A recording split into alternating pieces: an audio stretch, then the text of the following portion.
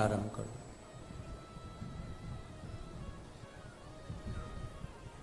जो मंत्र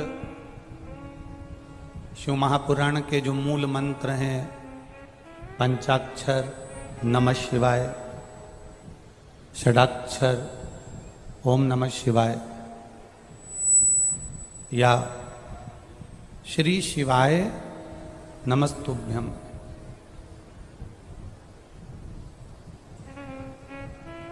ऐसे मंत्रों का स्मरण हम अपने मुख से करना प्रारंभ कर दें, हम अपनी वाणी से करना प्रारंभ कर दें।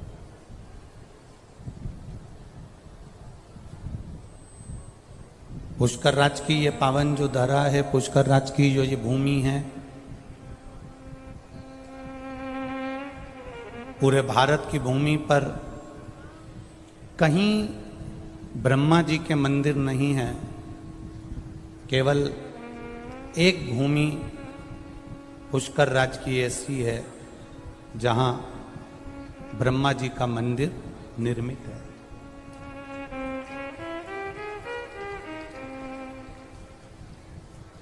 एक क्षण भर का क्रोध,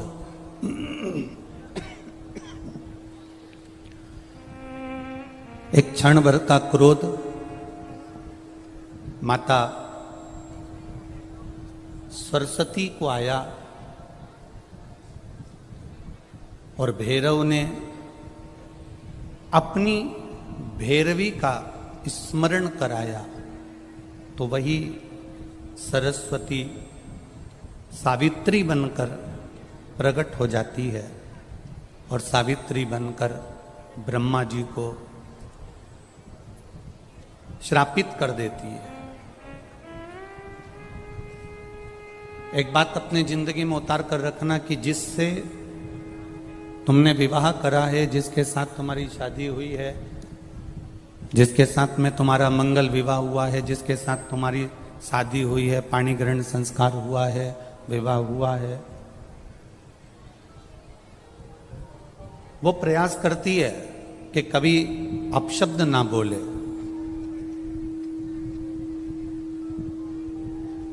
पति भी प्रयास करता है कि अपनी धर्म पत्नी को आड़ा टेढ़ा शब्द का संबोधन ना दिया जाए।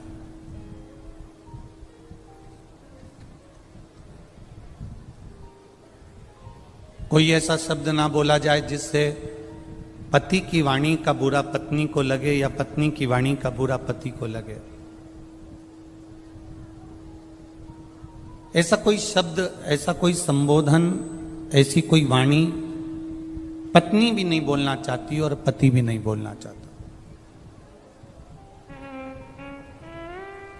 हमने एक बात पहले की कथा में कही है, अगर आपके स्मरण में होगी तो आप लोगों ने अगर सुना होगा, अगर आस्था चैनल पर आप कथा सुनते होगे तो आपके स्मरण में होगी। हमने पहले भी कथा में कहा, ना पति बुरा होता है, ना पत्नी बुरी होती है, ना सास बुरी होती है, ना बहू बुरी होती है, ना भाई बुरा होता है, ना देवरानी बुरी होती है, ना जेठ बुरा होता है, ना जेठानी बुरी होती है, ना हम बुरे होते हैं, ना हमारा रिश्तेदार बुरा होता है। एक समय ऐसा हो जाता है जो हर एक व्यक्ति से बुराई उत्पन्न करा देता है। उस समय को हमें टाल देना।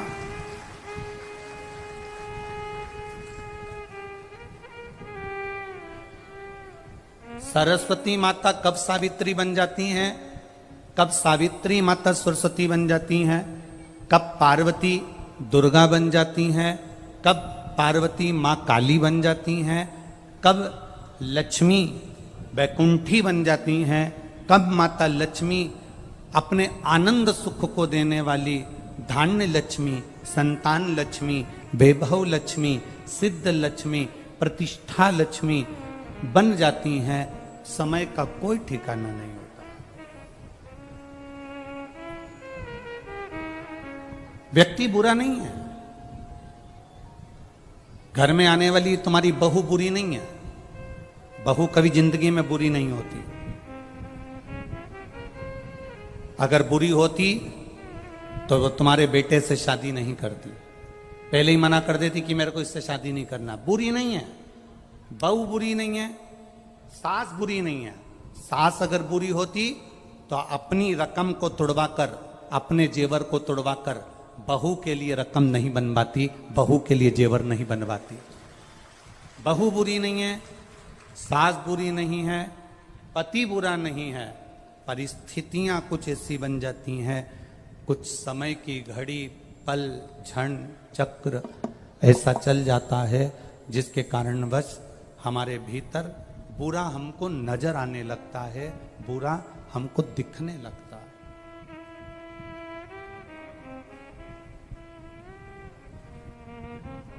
और जब हमको बुरा दिखने लगता है, जब हमको बुरा नजर आने लगता है, जब हमको बुरा सम्मुख में नजर आने लगता है, तो फिर हमारे यहां पर हमें अच्छा उसका बिल्कुल नजर ही नहीं आता। कुछ समय की गणना है।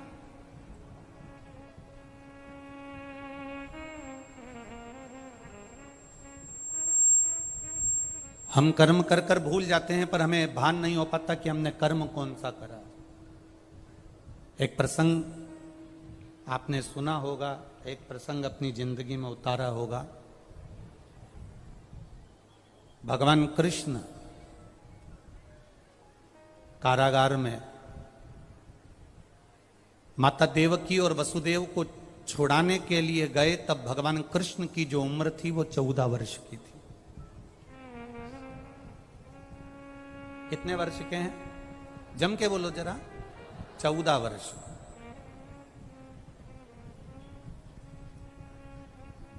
भगवान कृष्ण जब माता देवकी को छुड़ाने के लिए गए, वसुदेव जी को छुड़ाने के लिए गए, उस समय पर भगवान कृष्ण की उम्र 14 वर्ष की है। तो माता देवकी के जब कारागार से भगवान मुक्त कर रहे थे, तो देवकी ने भगवान कृष्ण से पूछ लिया कि तू तो भगवान है,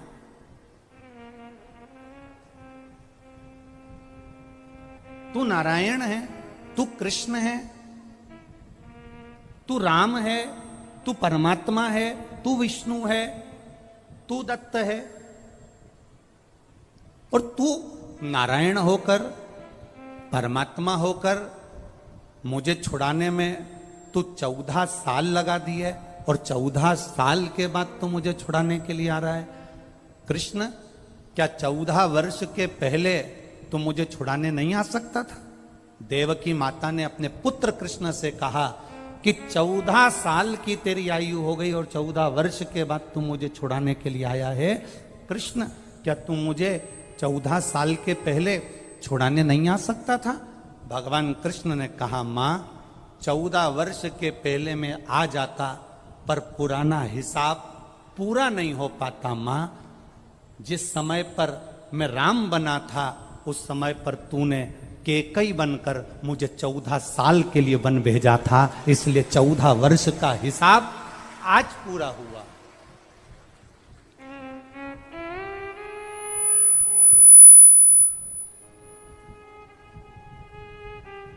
चौदह वर्ष का हिसाब आज पूरा हुआ है। तूने मुझे 14 वर्ष के लिए वन करा था, वन भेजा था। 14 वर्ष मुझे वन में रहना पड़ा, तो 14 साल तुमको कैद में रहना पड़ा। ये हिसाब है मनुष्य जीवन का। देवकी ने कहा, अगर मैं केकई थी तो यशोदा कौन है? भगवान कृष्ण कहते हैं, वो यशोदा राम अवतार में जो मेरी मां कौशल्या थी, जो 14 साल मेरा इंतजार करी थी, वो यशोदा मेरी मां कौशल्या। तूने मुझे 14 वर्ष के लिए वन भेजा, तो 14 साल तुम्हें कैद में रहना पड़ा। वो 14 साल मेरा इंतजार करती रही, मेरा बेटा आएगा, मेरा पुत्र आएगा। रोती रही, मेरी याद में बिलखती रही, मेरी याद में अपनी आंखों के आंसू बहाती रही। इसलिए यशोदा जी की गोद में मुझे 14 साल रहना पड़ा, क्योंकि वो छोड़ना नहीं चाहती थी। कर्म कैसा है आपका? कर्म की गति कैसी है आपकी? पहले भी आपको कहा, आज फिर कहते हैं, मत बुरे कर्म कर बंदे, वरना पछताएगा। भगवान की आंखों से तू बच नहीं पाएगा। तू बच नहीं पाएगा। अरे ओ अज्ञानी मत कर नादान, अरे ओ अज्ञानी मत कर नादान। तेरे कर्म का फल भी तू ही पाएगा, जैसा किया तूने तेरे आगे आएगा। मत बुरे कर्म कर, मत बुरे कर्म कर, वरना पछताएगा। भगवान की आंखों से तू बच नहीं पाएगा, तू बच नहीं पाएगा। कोई बुरा नहीं है संसार में, ना पिता बुरा है, ना माँ बुरी है, ना पत्नी बुरी है, ना पति बुरा है, ना भाई बुरा है, ना सखा बुरा है, ना सास बुरी, ना ननन बुरी, ना बहू बुरी, कोई बुरा नहीं। हम जो अदालत में तलाक लेने के लिए जाते हैं, पति पत्नी दोनों अदालत में तलाक लेने के लिए खड़े रहते हैं, हम उनसे हमेशा कहते हैं थोड़ा सा इंतजार करो, इतनी जल्दी निर्णय मत लो कि मुझे तलाक चाहिए, इतनी जल्दी मायके में जाकर मत बैठ जाओ कि मैं इस व्यक्ति के साथ रह नहीं सकती, मुझे ये बिल्कुल नहीं होना, मेरे सामने नहीं होना, मैं इसके साथ एक मिनट नहीं रह सकती। मान लो तलाक ले भी लिया, तुमने जिद पकड़कर तलाक ले लिया और मालूम पड़े तुमने दूसरी शादी कर ली, अभी तो तुमको जो भेरू मिला था उस पे कम सिंदूर चढ़ा था, अगला जो मिला पूरा सिंदूर चढ़ा हुआ मिल गया, तो क्या कर लो। हमारा केवल इतना सा कहना है, तलाक का निर्णय लेने से पहले, अपने परिवार को तोड़ने से पहले, हम बेटे से भी कहेंगे और बेटी से भी कहेंगे, हम सास से भी कहेंगे और बहू से भी कहेंगे, हम पिता से भी कहेंगे और पुत्र से भी कहेंगे, हम बेटी के माता पिता से भी कहेंगे तो हम बेटे के माँ बाप से भी कहेंगे। कोई बुरा नहीं है, बुरा है हमारा समय।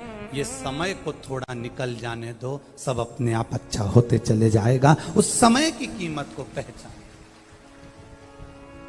हम समय की कीमत नहीं जान पा रहे, हम अपने समय को नहीं पहचान पा रहे। हम सोचते हैं कि, और देखो ये तो सीधी सीधी बात है, माताएं जब हलवाई जब भोजन बनाता है इतना बड़ा कड़ाव रखता है, बड़ा सारा कड़ाव, उसमें एक बोरी शक्कर डालता है, रवा डालता, हलवा बनाता, सीरा बनाता, उसके पास में एक पलटा होता है, बोलो होता है कि नहीं होता, वो खोचा पलटा, क्या बोलते हैं इधर इसको, पलटा। वो पलटा, उसका नाम ही पलटा है। पलटे का मतलब है कि उसको नीचे से ऊपर पलट देना, ऊपर से नीचे पलट देना। क्यों पलट देना? क्योंकि वो जले ना, अर्थात समय का इंतजार करो। किसी देवता के पास में पलटा नहीं है, पर मेरे शंकर भगवान के पास में त्रिशूल जो दिखता है वो पलटे जैसा ही है। उसका काम केवल पलटने का है, कब नीचे से ऊपर कर दे और कब ऊपर से नीचे कर दे किसी को नहीं मालूम पड़े। किसी देवता के पास में पलटा नहीं मिलेगा। तुम देख लो, भगवान विष्णु के पास में चक्र है, चक्र से क्या वो हलवा पलट सकता है, सीरा पलट सकता है? भगवान के पास में गदा है, गदा से क्या सीरा पलट सकता है? बोलते जाओ, पलट जाएगा क्या? तलवार है, तलवार से सीरा पलट जाएगा? नहीं। पर त्रिशूल एक ऐसा है जो पलटने का भी काम कर देता है। वो मेरे देव अधिदेव महादेव के पास में है, उसने अपने पास संजो कर रखा है, वो पलट देता है। भाग्य को पलटने में देरी नहीं, थोड़ा समय जरूर लग सकता है। आप इतनी जल्दी निर्णय मत लेना कि मैं इसके साथ नहीं रह सकती, ये मेरे साथ नहीं रह सकता, हमें एक दूसरे के साथ नहीं रहना।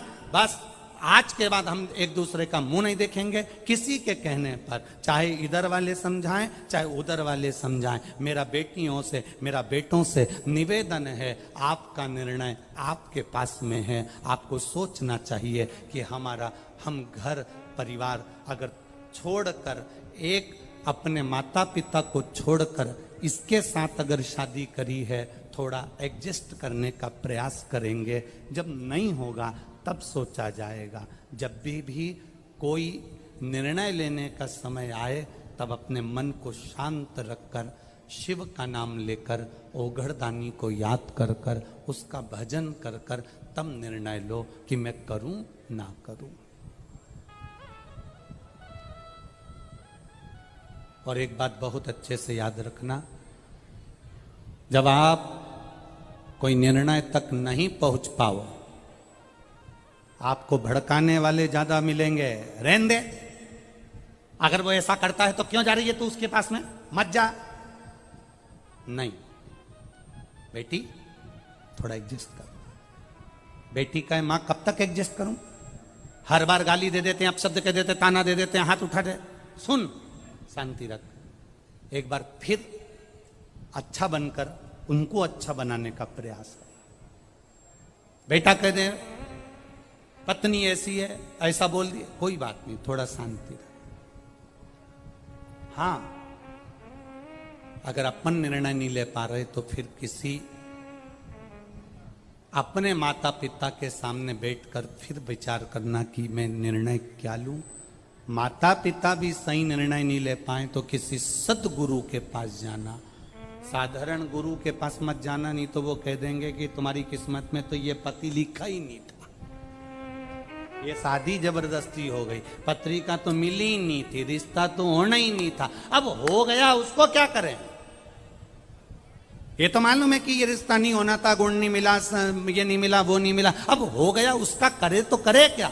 ये सब बात पुरानी हो गई। किसी सतगुरु के पास जाना, वो गुरु जिसने कभी किसी के संबंध को विच्छेदित नहीं हुआ, उस गुरु के पास जाना और गुरु के पास जाकर फिर बैठकर कहना। होता है कभी कभी अपना मोबाइल का फंक्शन अपने ही हाथ से गड़बड़ हो जाता है, अपने से नहीं सुधरता। सुधरता है क्या कभी कभी? तुम्हारी उम्र 75 वर्ष की हो गई, तुमने भले कितना भी कमाया हो, कितने भी लोग तुम्हारा कहना मानते हो, पर कभी कभी तुम्हारा मोबाइल 75 साल के तुम हो गए, फिर भी तुम्हारा मोबाइल तुम सुधार नहीं पाते। तो क्या कहते हो? 15 साल का पोता, उसको आवाज लगाओगे, ए भानु इधर आ। हाँ दादाजी, अरे हमारा मोबाइल में ना जाने क्या हो गया, देख तो जरा। और भानु ने 15 साल का छोरा ने हाथ में मोबाइल लिया, कर पुरा के दादाजी के दिया, दादाजी चालू हो गया। दादाजी ने कहा मैं 75 साल का, मुझे मोबाइल सही करना नहीं आए और ये 15 साल का सही कर जाए। कभी कभी अपना मोबाइल अपने से ठीक नहीं होता। तुम ये मत सोचना कि तुम बहुत उम्र वाले हो गए, हमने कोई धूप में बाल सफेद नहीं करे, हमने कोई ऐसा नहीं करा। इतनी अकड़ में मत रहना कि कभी कभी 75 साल वाले का भी मोबाइल 15 साल का छोरा सही कर जाता है। वो स्मरण रखना अपने पास। कभी कभी घर के छोटे भी अच्छा निर्णय दे जाते हैं, कभी कभी घर के बच्चे भी अच्छा निर्णय दे जाते हैं।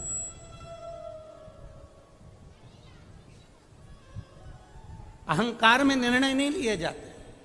तुम भले 75 साल के हो गए, तुम भले 80 साल के हो गए, तुम भले 70 साल के हो गए, कभी कभी मोबाइल घर का बच्चा सुधार देता है। और अगर बच्चे से भी नहीं सुधरता, घर के व्यक्ति से नहीं सुधरता, तो फिर मोबाइल को दुकान वाले के पास भेजा जाता है। दुकान वाला कहता है इसको 7 दिन तक यहाँ पड़े रहने दो, मैं कंपनी में भेजूंगा, कंपनी से सुधर के यहाँ आ जाएगा। बोलो सही है कि गलत है? कंपनी में जाएगा, वहां से सुधर कर आ जाएगा। कितना दिन लगेगा? का 7 दिन लगेगा। बस अगर तुम्हारी बुद्धि काम ना करे, तुम्हारा चित्त काम ना करे, सही निर्णय तुम अपने बेटा बेटी के लिए ना दे पाओ, तो फिर 7 दिन के लिए शिव पुराण में जाकर बैठ जाना। कंपनी में अगर जाकर बैठ गए तो मोबाइल ठीक हो सकता है। 7 दिन कंपनी में मोबाइल को ले जाकर पटक दो, ठीक हो सकता है।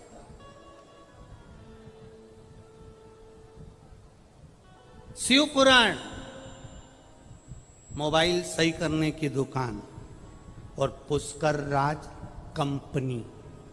अब दो ही चीज एक ही जगह मिल गई तो तुम तो सुधर आए हो, फिर तो क्या सोचना उसमें।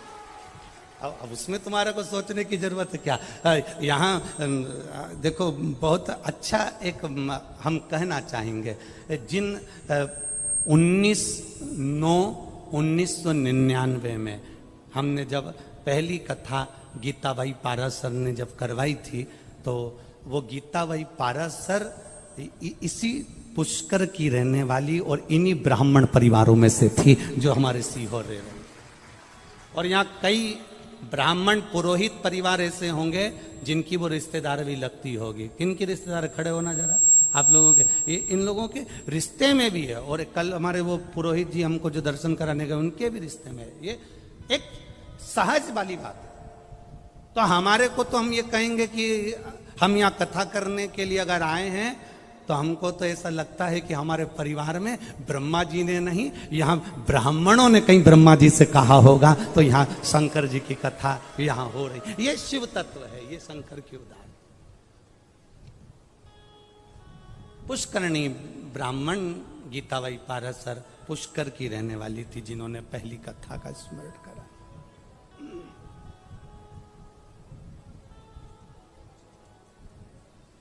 अब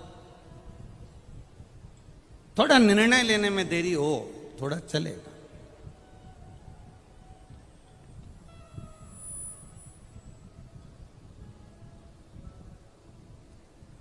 कल एक पत्र आया था, उस पत्र में किसी बहन ने लिखा था कि ब्राह्मण, संत, गुरु, साधु, सन्यासी, इनको तो माया से मतलब नहीं होना चाहिए, पैसे से मतलब नहीं होना चाहिए, फिर ये धन क्यों लेते हैं, पैसा क्यों लेते हैं। अब राजस्थान वाले हैं, जरा प्रश्न थोड़ा भारी करते हैं।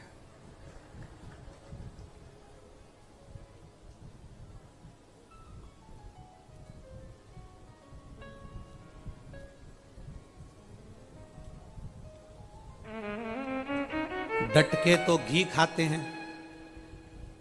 कौन? अरे बोलो बोलो जम के। राजस्थान के लोग डट के घी केवल खाते नहीं है, राजस्थान मारवाड़ का एक एक व्यक्ति जितना खाता नहीं है घी, उससे दुगना मेहमानों को खिला देता है। ये वो राजस्थान, ये कोई साधारण है क्या राजस्थान? अब तो किसी ने पूछा, गुरुजी ब्राह्मण, संत, साधु, गुरु, पंडित, जितने साधु, सन्यासी, तपस्वी, इनको तो माया से मतलब नहीं होना चाहिए, धन से मतलब नहीं होना चाहिए, फिर ये पैसा क्यों लेते हैं, फिर ये धन क्यों लेते हैं, ये माया क्यों लेते हैं? तो मेरा निवेदन केवल इतना है कि संत, साधु, गुरु, सन्यासी, ब्राह्मण, ये सब तुमसे पैसा, माया इसलिए लेते हैं कि माया भी रोती है कि हमारी कब काया सुधरेगी। जब साधु संत के हाथ में आती है, साधु संत उसे भंडारे भोजन में लगा देता है, तो माया की भी काया पलट जाती है। इसलिए संत, ब्राह्मण, साधु, गुरुजन, सन्यासी, तपस्वी, साधक, उपासक, ये धन तुमसे लेकर माया की काया पलटने में लगा देते।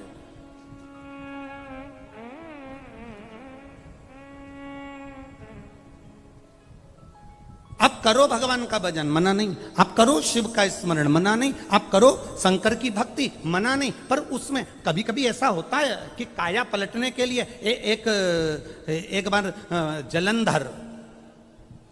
जलंधर एक बार जिनकी पत्नी वृंदा भगवान नारायण की उपासक, एक बार जलंधर जा रहा था और जलंधर जाते जाते माता पार्वती जी को कैलाश के ऊपर देख लिया जलंधर ने। अब माँ तो माँ बड़ी सुंदर, हमने पहले भी कथा में कहा, जितनी सुंदर बहू नहीं होती उससे दुगनी सुंदर सास होती है। Old is gold. हम पहले भी कथा में कहे हैं, बहू को तैयार होने में 2 घंटे लग जाते हैं, सास को बस तीज का व्रत सास का भी, बहू का भी। बहू का तीज का व्रत, बहू 2 घंटे में तैयार हो रही, बाल धोएगी, झड़ाएगी, तैयार होगी, चोटी करेगी, खजूर वाली चोटी बांधेगी, चूड़ला, फिर पायल, फिर लहंगा, फिर चोली, फिर चूनर, फिर गजरा गजरा ना जाने ये सब लगाएगी। और सास, बहू कह रही मम्मी तुम कब तैयार होगी? इतने में मम्मी बोल रही बहू तू तैयार हो जा, मैं तो तुरंत हो जा। पूजन का समय मम्मी तुम भी तैयार हो जाओ। बहू 4 बजे से तैयार होने में पिली, तब जाके 7 बजे भी पूरी तैयार नहीं हो पाई। सास ने कहा हो गई, बस अब भी आई, अब भी। तुरंत कमरे में गई, आधा घंटा फिर निकल गया, 7:30 बज गई। और सास स्नान करी, अंदर गई, 2 मिनट में चोटी करी, एक साड़ी उसने अपनी पुरानी निकाली और पटला पटली लगा के जो सास पहन के बाहर आई, इतने में तो बहू की जान जल गई। डोकरी के देखे तो सरी कई सुंदर लग रही है, ऐसे सुंदर, गजब। कारण क्या है? क्रीम की चमक 6 महीने रहती है, 4 दिन रहती है, 8 दिन रहती है, 4 साल 5 साल रहती है। पर सास जो भगवान की भक्ति में डूबी रहती है, अच्छे कर्म की चमक जिंदगी भर रहती है। उसको जरूरत नहीं है बहुत साज और श्रृंगार करने की, उसको बिल्कुल जरूरत नहीं है। वो बस अपनी मस्ती में रहती है। गई अंदर, और कभी कभी तो उसको अगर लाली लगाना भी नहीं आती ना, तो उसमें से ऐसे लेके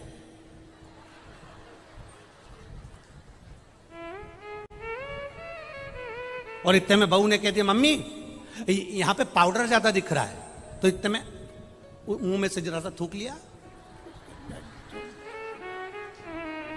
ओल्ड इज गोल्ड, उसको मतलब ही नहीं।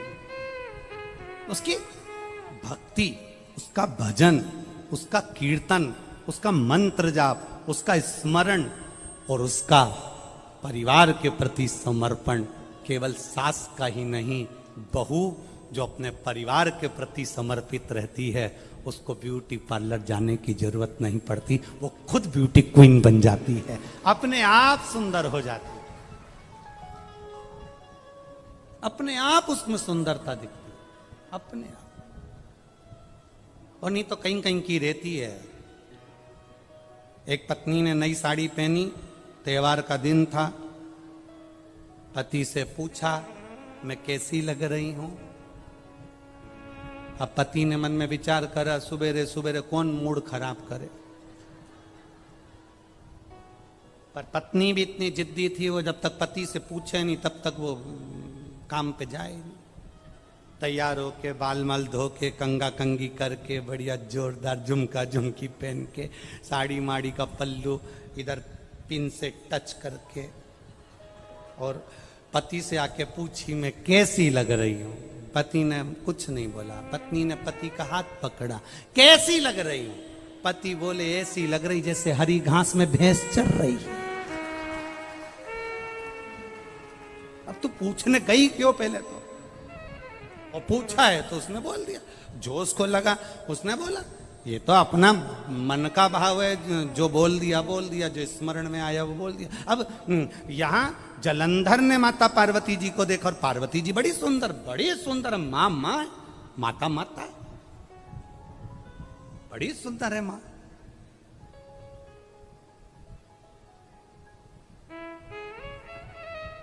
जालंधर ने देखा कि पार्वती जी बड़ी सुंदर हैं।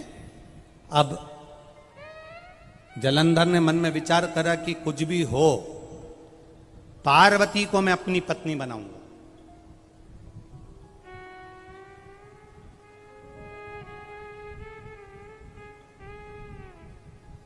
पहले कथा में कहा था, दूसरे की नारी,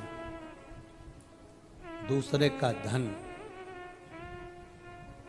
दूसरे का मकान, दूसरे का वैभव देखकर कभी अपनी दृष्टि को गलत मत होने दो, कभी मत होने। जलंधर ने गलती कर दी,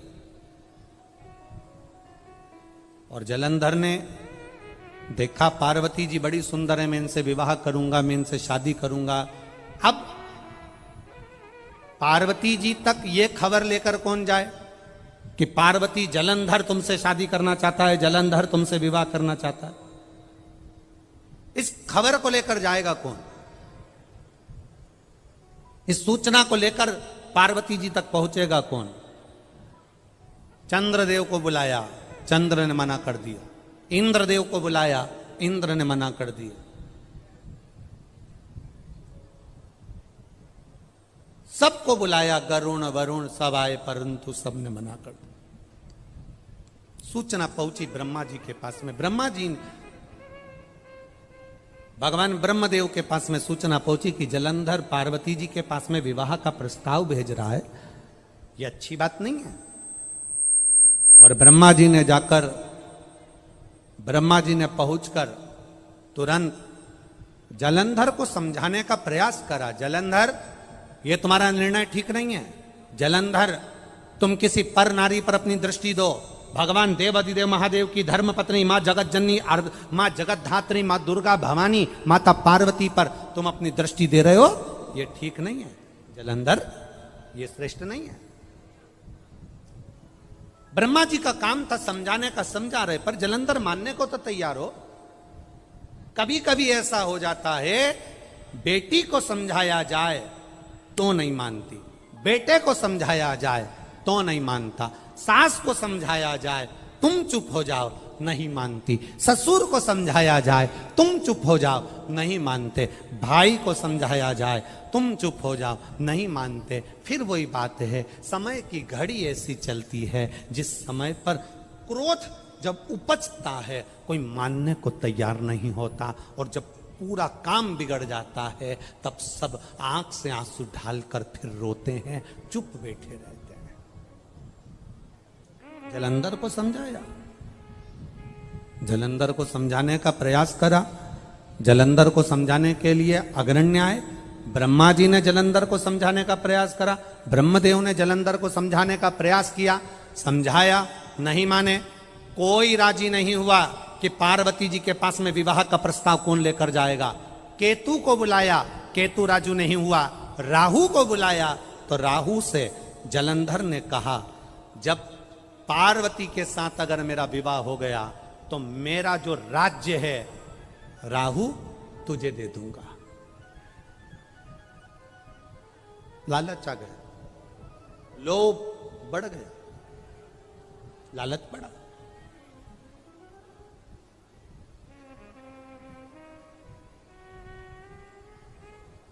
जब लोभ बढ़ता है तब व्यक्ति की जिंदगी को नष्ट कर देता है। बड़ा लोभ व्यक्ति के जीवन को नष्ट करता। लोभ, दुकान पर बैठे हो, सुबह 8 बजे से लेकर सुबह रात्रि को 9 बजे तक तुम्हारी दुकान खुली रहती है। त्योहार आया, तुमने दुकान को और लंबा समय तक खोलना प्रारंभ करा। शरीर में रोग बढ़ता चले गया, शरीर में कष्ट बढ़ता चले गया। बड़ा लोभ बढ़ा, शरीर बेकार, शरीर में कष्ट आया। एक चीज पुष्कर राज की धरा पर हमको सुनने को भी मिली और देखने को भी मिली। इतनी कथा करने के लिए सारे भारत की भूमि पर, देश में, प्रदेश में जहाँ जहाँ लोग बुलाते हैं वहाँ वहाँ जाते हैं। ये कथा होने के बाद में ये 11 तारीख को पूरी हो जाएगी। 12 तारीख को अलवर राजस्थान में 1 बजे से 4 बजे तक वहाँ चालू हो जाएगी। अलवर की भूमि पर चालू हो जाएगी। पर एक चीज देखने को मिली पुष्कर राज में, जब परसों के दिन पानी आया, कल रात्रि को फिर पानी आया और खूब पानी गिरा, तो बड़ा सुनकर बड़ा अच्छा लगा। जब भक्तों ने मैसेज करा सीहोर कुबेरेश्वर धाम पर, और कुबेरेश्वर धाम से आशीष जी के पास में मैसेज आया कि गुरु जी को कहना कि पुष्कर राज में जहाँ कथा चल रही है उस कथा के आसपास में जो होटलें हैं, धर्मशालाएं हैं, जैसे ही रात्रि को पानी आया तो पंडाल की व्यवस्था देखते हुए सारे होटल वालों ने अपने अपने दरवाजे खोल दिए और सबको अपने अपनी होटल में प्रवेश दे दिया।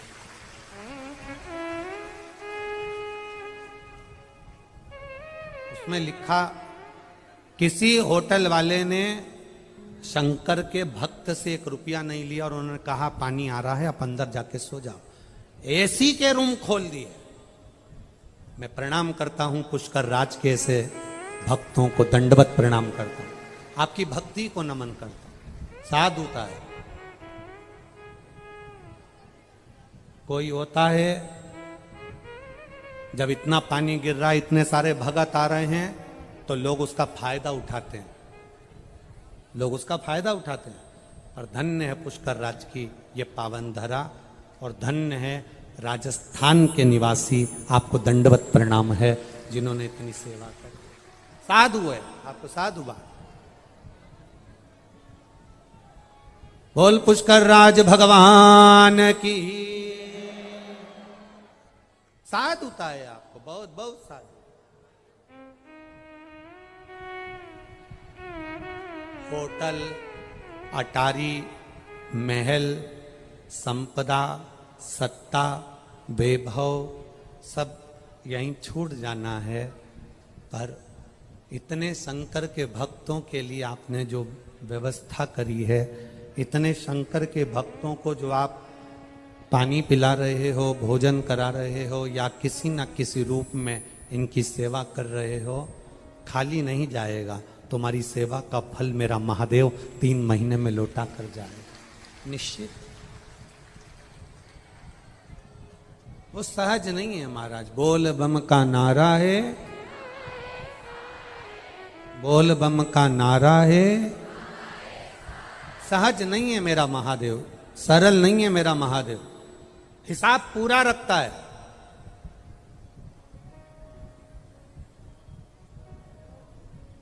पूरा हिसाब है उसके पास।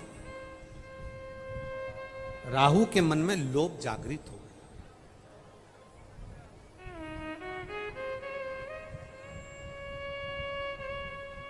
अब बहुत ज्यादा लोभ विनाश का कारण बन जाता है, बहुत ज्यादा लोभ। और राहु के हृदय में जब लोभ जागृत हो गया, राहु के हृदय में जब लोभ आ गया,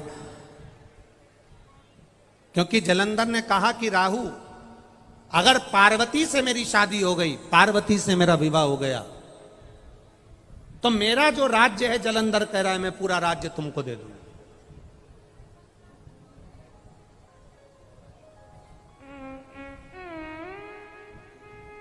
ये पूरा संपूर्ण राज्य मैं आपको दे दूंगा।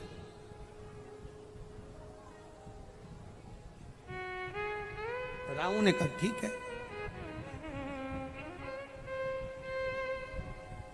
यदि ये संपूर्ण राज्य मुझे मिल रहा है, संपूर्ण राज्य मुझे प्राप्त हो रहा है, ये संपूर्ण राज्य अगर मुझे मिल रहा है, तो मुझे विवाह का प्रस्ताव ले जाने में क्या दिक्कत है? मैं विवाह का प्रस्ताव ले जाता हूं।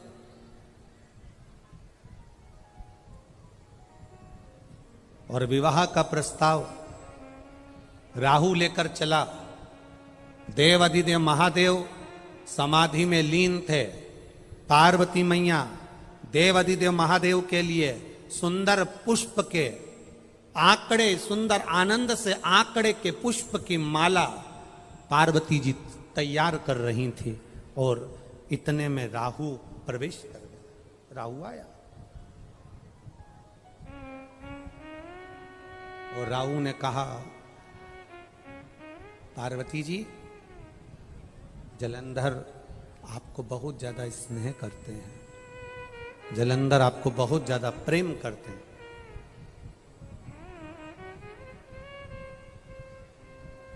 वो आपसे विवाह करना चाहते हैं। जैसे ही राहु ने कहा कि जलंधर आपसे विवाह करना चाहते हैं, सुनते से पार्वती जी को क्रोध नहीं आया, महादेव जी को क्रोध आ गया। पार्वती को क्रोध क्यों नहीं आया? उसका एक कारण है कि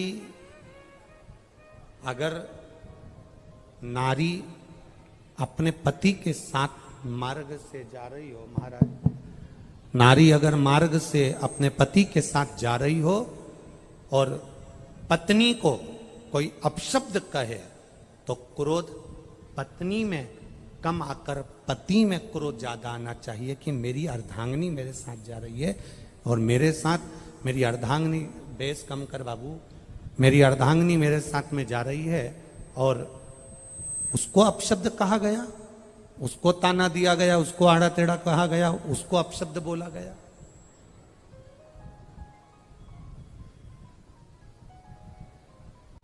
पहले तो एक हिम्मत बांधो,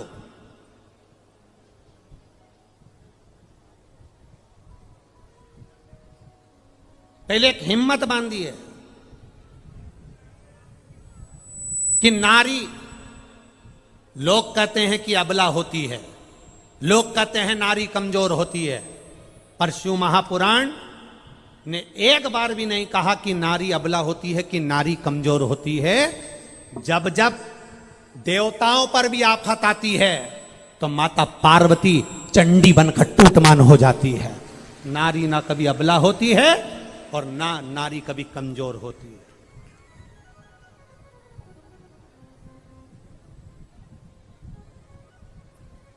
ये दुनिया के लोगों ने एक कह दिया नारी कमजोर है। नारी काहे की कमजोर है? किस बात से कमजोर है नारी? हमने पहले भी कथा में कहा, कोई विधर्मी आपको निगाह उठाकर नहीं देख सकता। अगर आप स्वयं अगर पद्मावती और झांसी की रानी हो तो दुनिया में किसी की सामर्थ्यता नहीं कोई आपको निगाह उठाकर देख लिया। आप में वो बल होना चाहिए, आप में वो सामर्थ्यता होना चाहिए। कैसे? कोई देख ले भला, कोई किसी पर कोई कमेंट्स कर दे भला, कोई किसी को अपशब्द बोल दे भला? नहीं। पार्वती मैया को क्रोध नहीं आया पर देव अधिदेव महादेव को क्रोध आ गया। पार्वती जी ने केवल राहु को घूर कर देखा, एक तकतकी लगाकर राहु को पार्वती जी ने घूर कर देखा। उतनी देर में तो पार्वती जी के देखते से ही राहु की आंख में से आंसू टपकना प्रारंभ हो गए। जरा विचार करना, अगर कोई कुछ कह दे तुमसे और स्त्री मात्र अगर घूर के देख ले तो अच्छे अच्छे के पसीने छूट जाते हैं। वो नारी हुआ करती है, वो नारी हुआ करती है।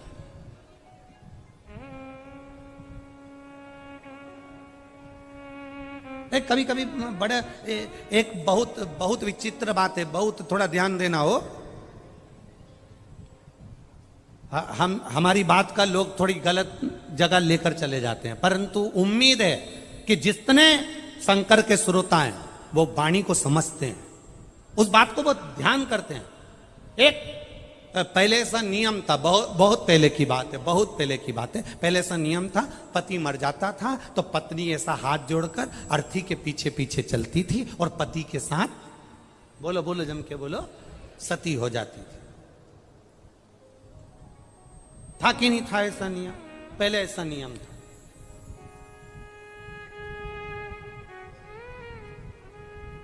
अब एक पति ने अपनी पत्नी से कहा कि पत्नी स्त्री नारी कमजोर होती है, तो नारी ने अपने पति से कहा, नारी बराबर दुनिया में कोई बलवान नहीं हो सकता। जब एक नारी अपने बच्चे को जन्म देती है तब उसका दूसरा जन्म होता है, वो मौत के मुंह से भी वापस लौट कर आती है अपनी औलाद को जिलाने के लिए, अपनी औलाद को जीवित रखने के लिए मौत के घाट से वापस लौट कर आती है। जितना बल नारी में होता है उतना बल पुरुष में नहीं। इतने में पति ने कहा, पत्नी में इतना बल नहीं जितना पुरुष में होता है। पत्नी ने कहा, ठीक है। जब पति प्राण छोड़ता है, मरता है, तो जलती हुई चिता में जिंदा नारी बैठती है उसमें उतना बल होता है। अब एक बार कोई पति को, अभी तक नारी सती होती थी, किसी को सता होता हुआ बता दो। कोई एक ढूंढ कर लेकर आओ जो सता हो गया, एक नहीं मिलेगा। नारी में बल होता था, पति को अर्थी पर, चिता पर लेकर गोदी में बैठ जाती थी, लाल चूनर ओढ़कर, पूरा श्रृंगार कर कर पूरा गांव देखता था, और नारी की बलता यह होती थी कि वो सती हो जा। पर अब तुम कह रहे हो कि तुम इतने बलवान हो, तो पत्नी मरे तो सता क्यों नहीं हो गए? एक बलवता दिखाओ।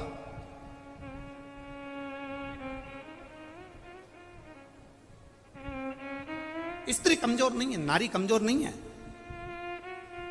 आज की बेटियों को देखकर, आज की नवयुवक पीढ़ी को देखकर, आज की बेटियों को देखकर, तो हृदय से कहूंगा मेरी बेटियां कमजोर नहीं हैं। अब भले कुछ भी हो, बेटियां कदम से कदम मिलकर चलना जानती है, कमजोर नहीं है मेरी बेटियां।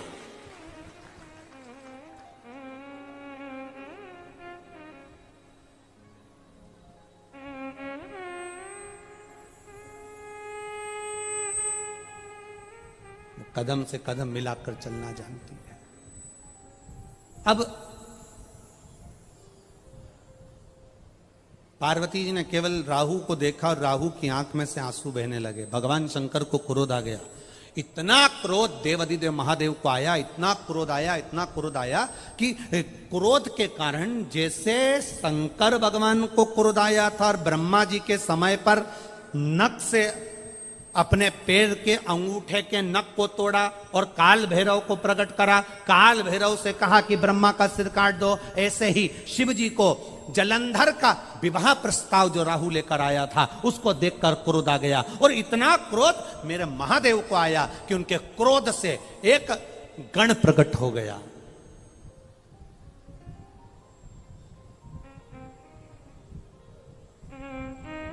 एक गण प्रकट हो गया जिसका नाम था कीर्तिमुख। क्या नाम है? कीर्तिमुख। एक गण प्रकट हुआ। गण ने पूछा मैं कौन? शंकर भगवान कहते हैं जैसे मैंने काल भैरव को प्रकट करा था, तू किसी भैरव से कम नहीं है, तू किसी भैरव से कम नहीं है।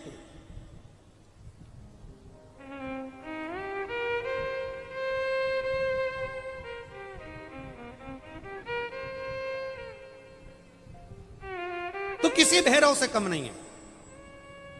जा, मेरे प्रकट होने का कारण क्या है?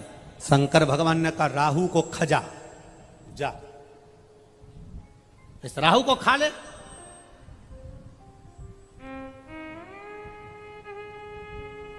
अब राहु तो भागा।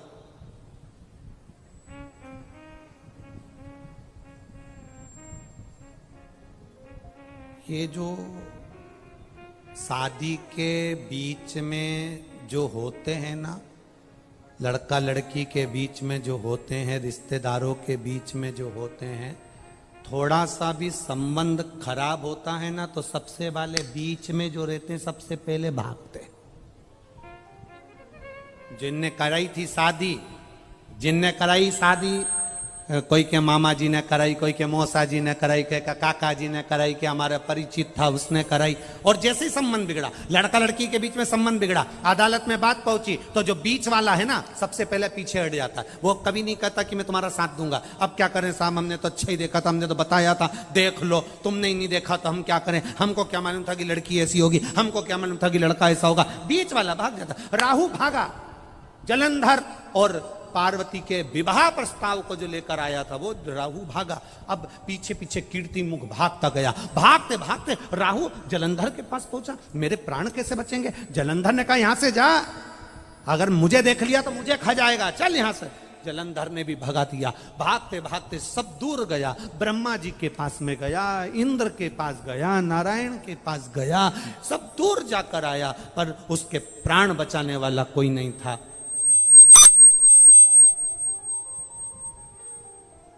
उसके प्राण बचाने वाला कोई नहीं था। भागते भागते भागते भागते आखिरी में उसने देख लिया कि कोई प्राण नहीं बचा रहा, तब शंकर जी के एक शिवालय में जाकर बैठ गया। हाथ में जल का पात्र भरने के लिए पात्र भी नहीं था, हाथ की अंजलि में सरोवर के जल को भरा। हाथ की अंजलि से भी जल नीचे गिरने लगा। अपने तन का वस्त्र लेकर उसको जल में भिगोकर देव अधिदेव महादेव को चढ़ाकर उनको प्रसन्न कर रहा था। तब शिव जी प्रसन्न हो गए, क्योंकि भोला तो भोला है। श्राप दिया था, मारने के लिए आतुर हुए थे। इतने में शंकर जी ने कहा, बोल राहु क्या चाहिए?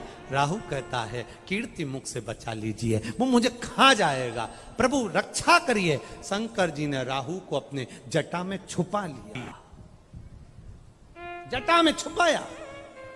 जब जटा में छुपाया, इतनी देर में कीर्ति मुख आया। कीर्ति मुख ने कहा, भोलेनाथ राहु तुम्हारी जटा में छुपा है, उसको मुझे खाना है, बाहर निकालो। शंकर भगवान कहते हैं, अब उसे मत खा, मुझे प्रकट करा था राहु को खाने के लिए, भूख लग रही है, मैं किसको खाऊं? शंकर भगवान ने कहा, तू मेरा गण है, एक काम कर, भूख लग रही है, तू अपने आप को खा जा। कीर्ति मुख ने अपने हाथ पांव शरीर खाना चालू कर दिया। खाते खाते कीर्ति मुख पूरे शरीर को खा गया, केवल मुख बचा। तब शंकर भगवान से कहता है, मेरे मुख का क्या करूं? शिव जी कहते हैं, चिंता मत कर, तू मेरा गण है, मेरे कहने को तूने माना है, मेरे कहने पर तू अपना पूरा शरीर खा गया। तेरा ये मुख काल भैरव का एक स्वरूप कीर्ति मुख के नाम से रहेगा।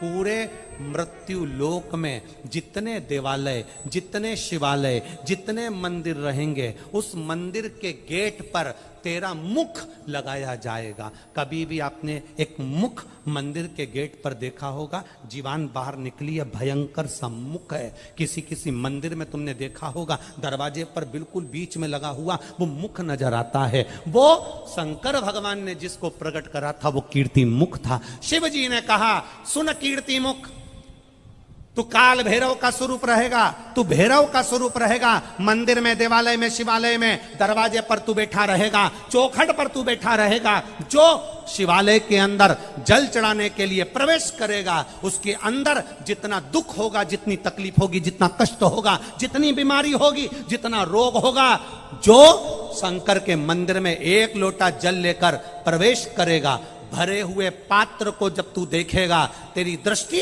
उस पात्र पर पड़ेगी, और जो अंदर प्रवेश करेगा उसको कितनी भी बड़ी बीमारी हो, उसको तुझे खा जाना है, उस बीमारी को तुझे निगल जाना है। बस कीर्ति मुख का काम इतना है कि जल चढ़ाने वाले के दुख को, जल चढ़ाने वाले की तकलीफ को, जल चढ़ाने वाले की बीमारी को कीर्ति मुख उसको निगल जाता है, कीर्ति मुख उसको खा जाता है, उस बीमारी को समाप्त कर दे। कई लोग कहते, गुरुजी ये आप कहते हो शंकर जी के मंदिर जाया करो, एक लोटा जल चढ़ाया करो, एक बेलपत्री का सेवन करा करो, इससे होता क्या है? इससे लोगों की बीमारियां समाप्त हो रही। इतने पत्र आते हैं, इतने लेटर आते हैं, ये जितने पत्र आते हैं हम सब यहीं छोड़ कर जाते हैं। आपके जितने जिसको अगर संशय हो, इन पत्रों को पढ़ना, और इनके ऊपर इनका mobile number, address, phone number सब लिखा, इनके घर चले जाओ। जिनको संशय हो वो जरूर जाए इनके घर पर। एक पत्र आया, देखिए,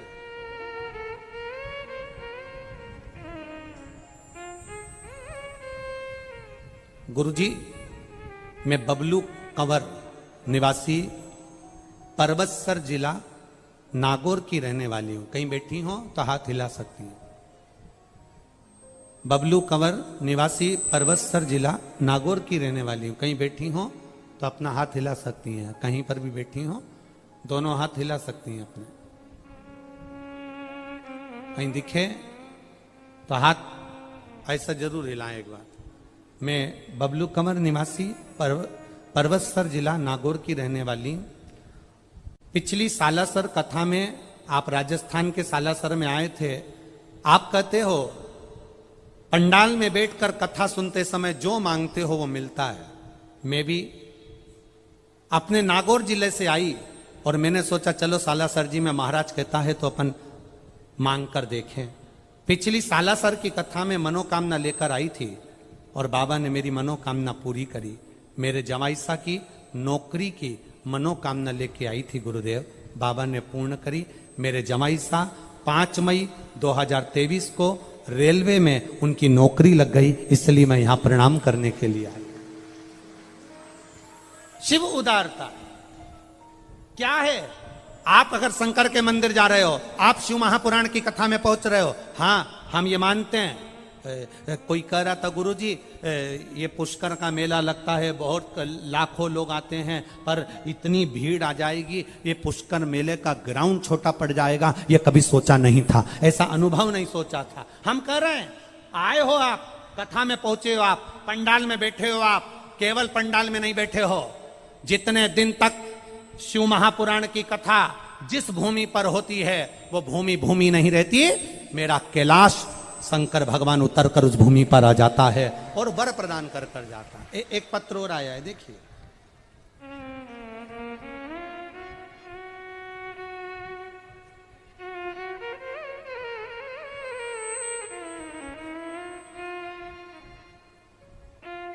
सुनील बाथम, मंजू बाथम, नगर अजमेर, पियर भोपाल मध्य प्रदेश का है। कहीं बैठी हो तो हाथ हिला सकती हैं। सुनील बाथम, मंजू बाथम, नगरा अजमेर, कहीं बैठी हो तो हाथ हिला सकती हैं। दिख गई क्या? अच्छा उधर हैं तो हाथ हिला दीजिएगा दीदी, आप जहां पर भी बैठे हो दोनों हाथ हिला दीजिएगा। गुरुदेव 12 साल से संतान का सुख नहीं था, सब जगह से मना कर दिया गया था कि तुम्हें संतान नहीं होगी। ऐसा कोई देवता का स्थान नहीं, कोई देवी का स्थान नहीं जहां नहीं गए, प्रणाम नहीं करा, संतान का सुख नहीं हुआ। आपकी कथा 2 साल से सुनना प्रारंभ करा, इसके पहले 1 साल पहले और सुनी, ऐसे 3 से 3.5 वर्ष कथा का स्मरण किया। पहली बार जब कथा सुनी 3 वर्ष पहले, तब बाबा की कृपा से टीवी के सामने बैठकर वर मांगा कि बाबा 12 साल हो गए संतान का सुख नहीं, कृपा करना। शिव की करुणा का हम क्या वर्णन करें बाबा। गुरुजी 12 साल के बाद मेरे भोलेनाथ ने सफेद आंकड़े का प्रयोग करा तो मेरे घर में बेटे का जन्म हुआ। मेरे बेटे को मैं यहाँ प्रणाम करने के लिए लेकर आई हूँ। 12 वर्ष के बाद संतान का सुख दिया है, जिसका फोटो में लगा रही हूँ। बच्चा आया है क्या साथ में? उनके साथ अगर बच्चा आया हो तो आस्था चैनल वाले टीवी पर दिखा देना। अब इतनी दूर से बच्चा कैसे आएगा यहाँ, तो टीवी पर दिखा दो उसको। बच्चा आया हो तो उसको गोदी में ले लो माँ। 12 वर्ष के बाद बच्चे का फोटो आप टीवी पर जो फोटो लगाया है उसका भी स्मरण कर सकते। 12 वर्ष के बाद। और महाराज खाली न जाता कोई दर से तुम्हारे, खाली न जाता कोई दर से तुम्हारे, मैं भी खड़ा हूँ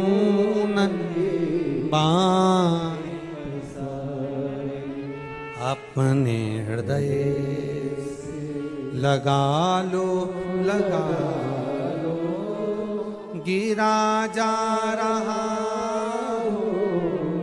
उठा लो, उठा। आपकी भक्ति का बल बढ़ा लो, आपके स्मरण का बल बढ़ा लो।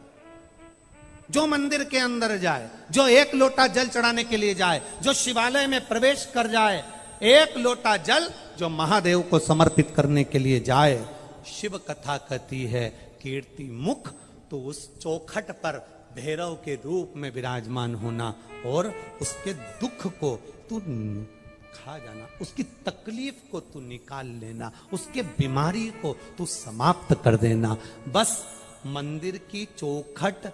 लोग कहते हैं मंदिर जाने से क्या फायदा होता है, मंदिर में प्रवेश करने से क्या होता है, मंदिर के अंदर जाने से क्या होता है, शिवालय में जाने से क्या होता है, शंकर के मंदिर में प्रवेश करने से क्या होता है। उसका एक फल है, आप मंदिर के अंदर पांव रखकर देखो तो, आप भीतर प्रवेश कर कर देखो तो। कई लोग कहेंगे हमारे पुष्कर में कथा हो रही है, हमारे पुष्कर में कथा हो रही है। कई पुष्कर के लोग भी ऐसे होंगे जो भीड़ को देखकर यहां तक पहुंच भी नहीं पाएंगे। हमारा उनसे निवेदन है, ये बार बार नहीं होने वाली है। कोई भाग्य जगे होंगे और ब्रह्मा जी को अच्छा लगा होगा तो यहां बुला लिया। कठिन, बहुत कठिन है यहां तक पहुंचना। अजमेर में बैठे हुए लोग सोचेंगे 15 किलोमीटर पर हो रही है, भीड़ बहुत हो रही है, कैसे जाएं, क्या करें? कुछ तो होगा शिव पुराण में जो ये जयपुर से, बीकानेर से, फलोदी से, राजस्थान में ना जाने कहां कहां से, पंजाब, हरियाणा, ऐसी ना जाने कहां कहां से यहाँ है। कुछ तो इनकी झोली में बाबा ने भरा होगा, तब तो ये यहाँ पहुंचे हैं। और बाबा लुटाने के लिए आया, और अगर आप उसके दरवाजे तक पहुंचकर नहीं लूट पाए तो तुम्हारी जिंदगी बेकार है महाराज। गए वो लुटाने को आया।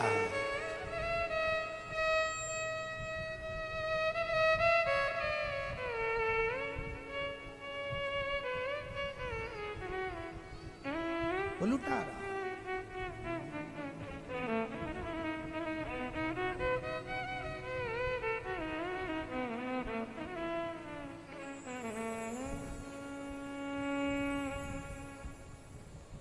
शिव के सिवा कहीं दिल ना लगाना, शिव के सिवा कहीं दिल ना लगाना, वरना पड़ेगा तुझे आंसू बहाना, वरना पड़ेगा तुझे आंसू बहाना। शिव के सिवा कहीं दिल ना लगाना, शिव के सिवा कहीं दिल ना लगाना, शिव के सिवा कहीं दिल ना लगाना, शिव के सिवा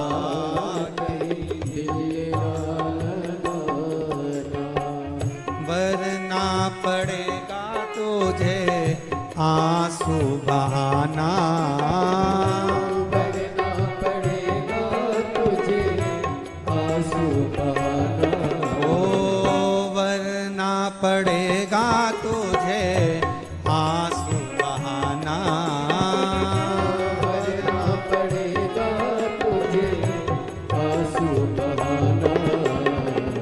भोले के सिवा कहीं दिल ना लगाना, भोले के सिवा कहीं दिल ना लगाना,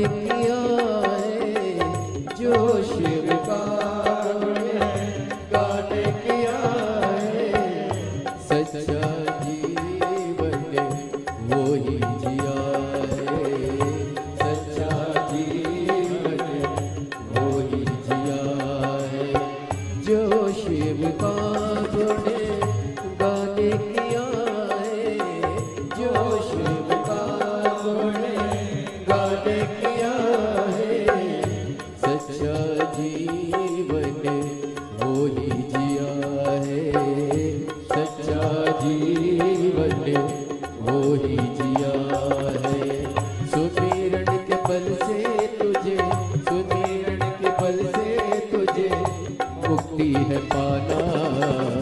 भोले के सिवा कहीं दिल ना लगाना, भोले के सिवा कहीं दिल ना लगाना। करना पड़ेगा तुझे आंसू बहाना, करना पड़ेगा तुझे आंसू बहाना।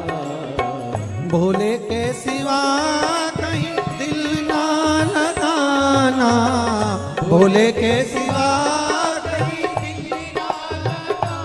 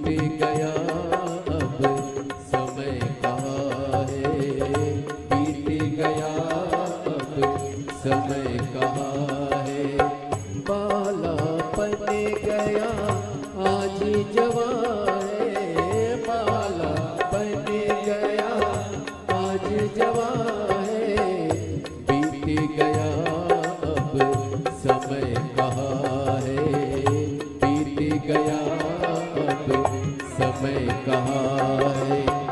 सोचे समझे के वक्त गवाना, भोले के सिवा कहीं दिल ना लगाना, भोले के सिवा कहीं दिल ना लगाना।